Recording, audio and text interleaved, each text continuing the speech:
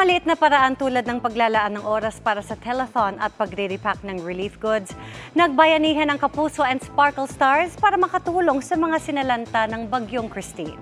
Nakatutok si Aubrey Carampel. Buhay na buhay ang bayanihan spirit sa Kapuso community. Nakiisa ang Sparkle Stars sa Operation Bayanihan, Bagyong Christine Telethon. Kabilang sa naglaan ng oras sina Ruru Madrid, Kailin Alcantara at Michelle D.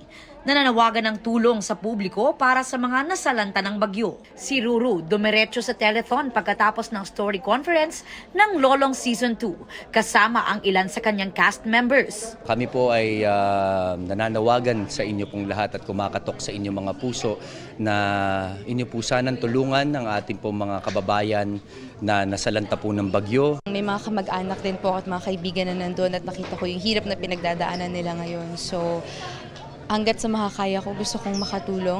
Napakalaking bagay pa rin naman po yun na everybody's trying to do their part, whether big or small. Like kami din po, nag-a-allot ng time.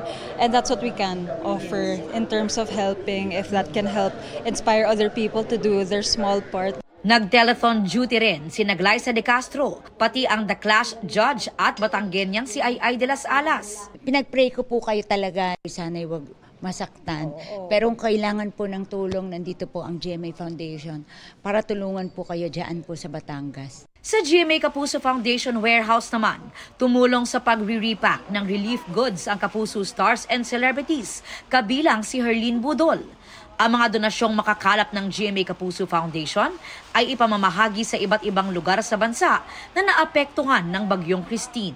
Hindi tayo titigil, ubusin natin yung mga relief goods na dala natin until this weekend. Nag-load na ang GMA Kapuso Foundation sa commercial aircraft. Paalis na ho niyan bukas ng umaga. Good for 1,000 families. I-distribute sa Albay itong Pulanggi, Owas at saka Libon. Isa pang GMA Kapuso Foundation team on the way na sa Isabela at sa Cagayan. Aubrey Carampel, updated sa Showbiz Happenings.